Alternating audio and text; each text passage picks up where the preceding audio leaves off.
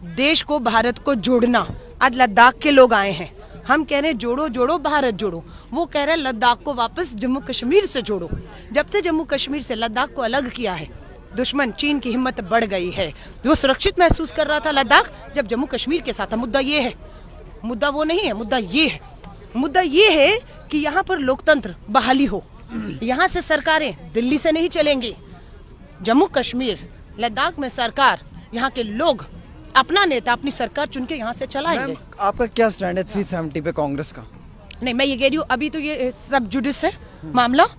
जब तक हम थे क्या था सबको पता है, भाजपा ही उसने क्या किया सबको पता है। उसके बाद हटाने के पीछे जो बताया था ये फायदे होंगे, हम ये पूछ रहे हैं बस हटाने के बाद वो फायदा जम्मू और कश्मीर लद्दाख के लोगों को मिल रहा है, देश को मिल रहा है। सिर्फ भाजपा ने 370 को राजनीतिक मुद्दा बनाकर देश भर में उस पे वोट बटोरे हैं। बीजेपी कहती है कि वंचित समाज को जो है वो अधिकार मिला, जिनको 70 साल से अधिकार नहीं मिला। कौन है वो? कौन है बताइए? वो दलित है, वो आदिवासी, किसको मिले अधिकार? कश्मीरी पंडित भाई बहन रो रहे हैं, असुरक्षित हैं। 5000 लोग कर्मचारी बैठे रहे, कोई मिला उनसे? अगर आप कहते हैं खुश हैं तो लोकतंत्र बहाल कराइए, चुनाव कराइए, अभी आपको समझ आ जाएगा कि लोग कितने गुस्से में हैं, लोगों में कितना वो है कि भाजपा ने हमें पूरी तरह से जम्मू और कश्मीर का जो विकास था उसे रोका है और बर्बादी की तरफ। कश्मीर के दर्द को देखकर कश्मीर फाइल्स जैसी मूवी भी बनाई और उस मूवी के टिकट्स भी बीजेपी के एमएलएज ने बांटे, प्रमोशंस की। आपको क्या लगता है कि क्या वो एक सही कदम था या फिर उससे जो नफरत फैलाई गई? नहीं, बिल्कुल। क्या था वो मूवी? भाजपा का एजेंडा था वो मूवी, और भाजपा ने राजनीतिक इस्तेमाल उस मूवी का किया। करोड़ों रुपए वो मूवी वाला कमा गया। कश्मीरी पंडित को, कश्मीर को उस मूवी से लाभ क्या हुआ? एक चीज मुझे कोई भी कश्मीर का आदमी बता दे। सच्चाई दिखाई। क्या सच्चाई थी?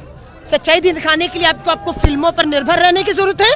सच्चाई के लिए राहुल गांधी जी की तरह सड़कों पर उतरिए। जा रहे हैं हम कश्मीर, कल मिले हैं कश्मीरी पंडित। हमें किसी मूवी का मोहताज नहीं है भारत जोड़ो यात्रा, कांग्रेस या राहुल गांधी जी की। कोई मूवी आएगी और हमें सच्चाई पता लगेगी, हम देख रहे हैं। पिछले 8 साल से कितनी तरक्की हुई है देश में और जम्मू कश्मीर में? देख लीजिए आप, व्यापार ठप पड़ा हुआ है। जब पूरे देश में तालेबंदी थी, घर से लोग काम कर रहे थे, यहाँ 2G पर चल रहा था, पढ़ाइयाँ बंद थी, व्यापार ठप था तालेबंदी में। 2G पर ऑनलाइन बिजनेस की बात में कश्मीर में कुछ नहीं हो रहा था। बर्बाद हुआ है, विकास के नाम पर पीछे धकेल दिया गया है जम्मू और कश्मीर को। अब ये चाहते थे कि हमारी यात्रा भी यहाँ ना आए। शुरू में क्या किया, कन्याकुमारी से कश्मीर नहीं पहुंचेंगे, जम्मू में है। जम्मू हमें आगे धकेल रहा है, यानी कि हमें ताकत दे रहा है पीछे से, और हम कश्मीर तक पहुंचे। कश्मीर के नौजवानों को लेकर, जम्मू के नौजवानों को लेकर क्या मैसेज देना चाहेंगे? एक ही मैसेज देंगे, हमारा जम्मू कश्मीर लद्दाख का युवा, हमारा जितने भी लोग हैं, आपके साथ पूरा देश खड़ा हुआ है। हिम्मत मत हारिएगा। गांधीवादी तरीकों से हमें अपनी आवाज को उठाते रहना है। इस भारत जोड़ो यात्रा का हिस्सा बनिए, आइए मिलिए श्री राहुल गांधी जी के साथ। ये यात्रा रोज रोज नहीं होती, इसीलिए हिस्टोरिकल है, ऐतिहासिक है, और आज आपकी कश्मीर पहुंच रही है जम्मू से होते हुए। आइए, निकल आइए। कितने दिन से आप चल रहे हैं? मैं तो राजस्थान से चल रही हूँ, उससे पहले मैं हिमाचल की। थकावट नहीं हो रही है? आपको लग रहा है? कितना ऐसे कैसे मतलब? देखा ये लोग क्यों खड़े? हर एक के हाथ में देखिए मोबाइल है। हर कोई इस ऐतिहासिक पलों को अपने मोबाइल में कैद करना चाहता है और अपने रिश्तेदार, अपने दोस्तों को भेजना चाह रहा है कि हमारे कश्मीर में तब्दीली आएगी। आएगी, ये लाएंगे तब्दीली, बदलाव आएगा, ये लाएंगे बदलाव, और आएगा बदलाव। क्या जम्मू कश्मीर में भी तब्दीली देखने को मिलेगी? बिल्कुल, जम्मू कश्मीर में ही मिलेगी, और ये बदलाव जम्मू कश्मीर के लोग करेंगे। लोकतंत्र बहाल करेंगे, अपनी सरकार होगी, दिल्ली से नहीं चलेगा जम्मू कश्मीर। साफ कर रहे हैं, जम्मू कश्मीर से चलेगा और यहाँ के लोग चलाएंगे। आप मानते हैं कि कांग्रेस जम्मू कश्मीर में थोड़ी कमजोर है, मजबूत करने की जरूरत है? बिल्कुल कमजोर नहीं है। आज पूरा देश, बढ़ती महंगाई, बढ़ती बेरोजगारी, गिरती अर्थव्यवस्था, गिरता रुपया, किसान कमजोर महसूस कर रहा है। कश्मीर में 2008 में 10 में जब कांग्रेस की सरकार होती थी तो आज़ादी के नारे लगते थे, लाल चौक पे पाकिस्तान का तिरंगा झंडा लहराया जाता था। बीजेपी कहती है कि आज हम कामयाब हैं, आज पत्थरबाजी नहीं होती है, आज माहौल अच्छा है, टूरिज्म बढ़ रहा है, आतंकवाद अलगाववाद खत्म हो रहा है। ये बीजेपी कह रही है ना, आंकड़े तो कुछ और ही कह रहे हैं, और वो असली आंकड़े भाजपा ने सत्ता की अकड़ में छुपा कर रखे हुए हैं, है ना। आंकड़े लाए ना, हम तो केंद्र सरकार से पार्लियामेंट में पूछते हैं, आंकड़े दिखाइए, कितने लोगों को रोजगार मिला, कितना व्यापार में बढ़ोतरी हुई। जिस राज्य में लोकतंत्र ना हो, लोगों की अपनी सरकार ना हो, रिमोट कंट्रोल दिल्ली के हाथ में हो, कैसे विकास कर सकता है? वो नहीं है। इलेक्शंस क्यों नहीं हो रहे हैं, क्या महसूस करते हैं? भाजपा में डर है, भाजपा में डर है कि अगर आज चुनाव हो गए, खासतौर से इस यात्रा की कामयाबी के बाद, तो भाजपा का पूरी तरह सफाया होने वाला है। भाजपा डरी हुई है। अगर भाजपा नहीं डर रही, काम किया है, करिए लोकतंत्र बहुत, चुनावों की घोषणा करिए, हम चुनौती दे रहे हैं, भाजपा नहीं करेगी। बीजेपी कहती है 50 के पार जम्मू कश्मीर में, और चीफ मिनिस्टर इस बारी बीजेपी का जम्मू कश्मीर में होगा, ये बीजेपी का कहना है। आप चुनाव करा नहीं रहे, डर रहे हैं भाजपा। हाँ, चीफ मिनिस्टर इनका होगा, वो तो भविष्य बताएगा, और ये तय भाजपा नहीं कर सकती, कांग्रेस भी नहीं कर सकती, ये जम्मू कश्मीर के लोग तय करें। ये भी इल्जाम लगाया जाता है कांग्रेस पे कि ये ऐसी जमात है जो गद्दार है, जिन्होंने 70 साल तक गुनाह किए हैं, उनके पापों को साफ करने के लिए मोदी जी अब समय ले रहे हैं और धीरे धीरे 370 को हटाकर जम्मू कश्मीर को मजबूत कर रहे हैं और जम्मू कश्मीर को खुशहाल कर रहे हैं। देखिए, जम्मू कश्मीर के लोग संघ आरएसएस, जो खुद एक गद्दार रहे, अंग्रेजों के मुखबर रहे, आज़ादी में योगदान नहीं रहा, एक शहादत नहीं दी, वो राहुल गांधी, नेहरू, गांधी, पटेल, आपके कश्मीर जम्मू के कितने लोगों ने शहादतें दी। एक शहादत भाजपा आरएसएस बता दे, गद्दार कहने से पहले। गद्दार ये है, ये देश के साथ गद्दारी कर रहे हैं, देश में हिंदू मुस्लिम कर रहे हैं, मंदिर मस्जिद करते हैं सिर्फ अपने राजनीतिक मकसद के लिए, है ना। सो यही समझना है। आज एक भी इनका राज्यसभा सांसद, हाँ, एक भी आपका उत्तर प्रदेश में इतनी बड़ी सरकार में एक भी अल्पसंख्यक हमारा मंत्री, विधायक, सांसद क्यों नहीं है? भाजपा क्या कर रही है? संविधान की हत्या। संविधान कहता है मैं हिंदू हूँ, मेरे जो उस संविधान में जितने हक अधिकार हैं, उतने ही संविधान में हक अधिकार मेरे मुस्लिम भाई, सिख, ईसाई, अल्पसंख्यकों के हैं। लेकिन भाजपा क्या कर रही है? उसका हनन कर रही है। मैं मुस्लिम की लड़ाई नहीं लड़ रहे, हम क्रिश्चियन की, हम आदिवासियों की लड़ाई नहीं लड़ रहे, हम संविधान में मिले उनके हक अधिकारों को जो छीना जा रहा है, हम उसकी लड़ाई लड़ रहे हैं। ये भी कहा जा रहा है कि हिंदुस्तान को हिंदू राष्ट्र बनाना है, इस तरीके की भी बात की जा रही है। क्या कहना है आपका? मुसलमान भी तो रहते हैं, मुसलमानों ने भी कुर्बानियां दी हैं, मुसलमानों का भी ये देश है, इस हिंदुस्तान के में सबका खून बहा है, फिर हिंदू राष्ट्र जैसी बातें करने का क्या मकसद है? यही तो आरएसएस का एजेंडा है, हिंदुत्व। हम हिंदुइज्म की बात करते हैं, वो हिंदुत्व की बात करते हैं। अंतर क्या है? हिंदुइज्म है जिसमें हिंदू, मुस्लिम, सिख, ईसाई, सब दलित कहें, आदि सब सम्मिलित हैं। इनका हिंदुत्व कहता है कि बस एक ही धर्म और एक ही झंडा, मैं बोलते रहे।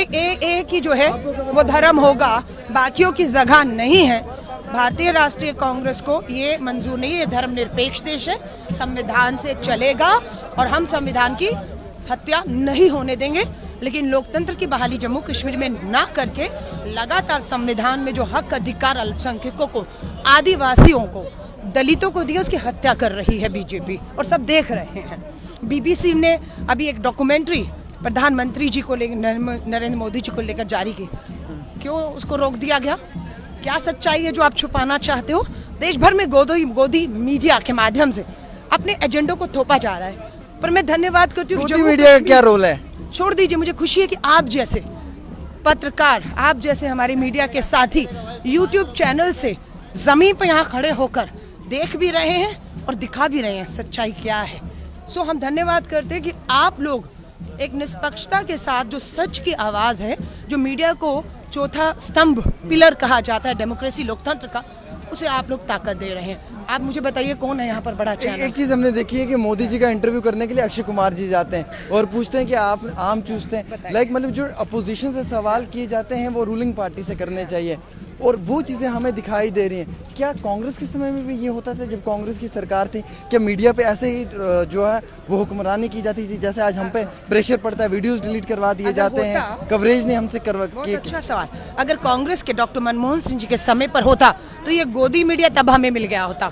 ये गोदी मीडिया आज ही क्यों कहा जा रहा है? क्योंकि आज हो रही है लोकतंत्र की हत्या। पूरी जुडिशरी जिसकी न्याय से जिसकी उम्मीद करते हैं, उसको दबाव दिया जा रहा है कि जजों की नियुक्ति केंद्र सरकार करेगी या जजिस का जो है वो ग्रुप करेगा, समूह करेगा। लोकतंत्र में मीडिया हो, जुडिशरी हो, है ना, धन, बल और पैसे, ताकत के दम पर राहुल जी ने कहा हम दो, हमारे दो की सरकार है। वो दो हमारे कौन है? गुजरात से आते हैं, एक प्रधानमंत्री और गृह मंत्री है। हमारे दो पूंजीपति मित्र, सारा देश का पैसा, व्यापार, बिजनेस उनके पास है। छोटे छोटे उद्योगपति, दुकानदार, लघु कुटीर उद्योग, एमएसएमई बंद पड़े हैं।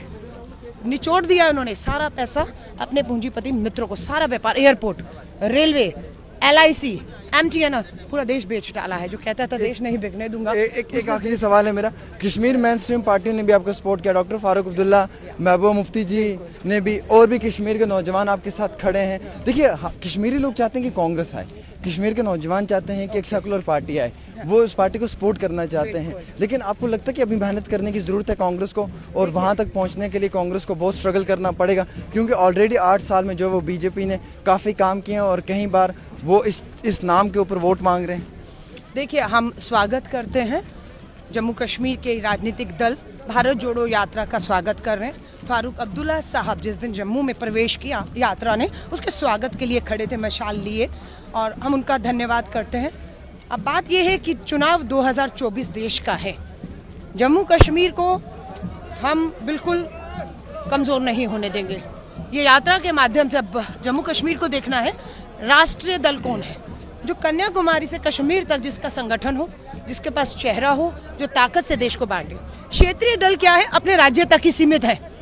अगर मैं बात करूं एक क्षेत्रीय दल, लाइक आप बंगाल की पार्टी की बात करें, उड़ीसा की, वो अपने राज्य से बाहर है ही नहीं। उनका जो एक विजन है वो नेशनल नहीं है।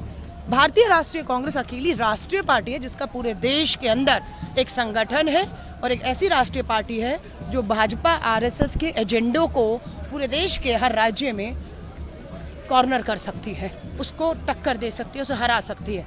यही आपने देखा हिमाचल में, अब कर्नाटका में भी, और 9 राज्यों के चुनाव इसी साल हैं। आप देखिएगा भाजपा की उल्टी गिनती शुरू हो गई है। क्या बात है, भाजपा की उल्टी गिनती शुरू हो चुकी है, और अलका मैम लगातार चल रही हैं, कांस्टेंट स्पीड में चल रही हैं। हिम्मत मर्दे तो मत खुदा, वो ये बात है कि देखिए क्या हिम्मत है, पिछले कई दिनों से चल रहे हैं, और थकावट चेहरे पे नहीं, एक मुस्कान है, एक जज्बा है, एक जुनून है, क्योंकि वादी कश्मीर के नौजवान इनका इंतज़ार कर रहे हैं। जम्मू कश्मीर के बच्चे राहुल गांधी जी का इंतज़ार कर रहे हैं। जम्मू कश्मीर के पास एक ऑप्शन है, और गोदी मीडिया इस वक्त रियलिटी नहीं बता रहा है। आप रियलिटी सुन लें, रियलिटी ये है कि जम्मू कश्मीर में इनका बहुत बड़ा वेलकम किया जा रहा है। हम पिछले 6 दिन से कवरेज कर रहे हैं, दिन रात राहुल गांधी जी के साथ, और हम ये बता रहे हैं बार बार आपको कि आपके पास एक विकल्प है, वो राहुल गांधी जी है। उन्हें चुन सकते हैं और ला सकते हैं, और अपने देश की तरक्की और जम्मू कश्मीर की तकदीर बदल सकते हैं। एक छोटी सी पेशकश डेली तस्कीन पे आमिर सुहेल खान के साथ।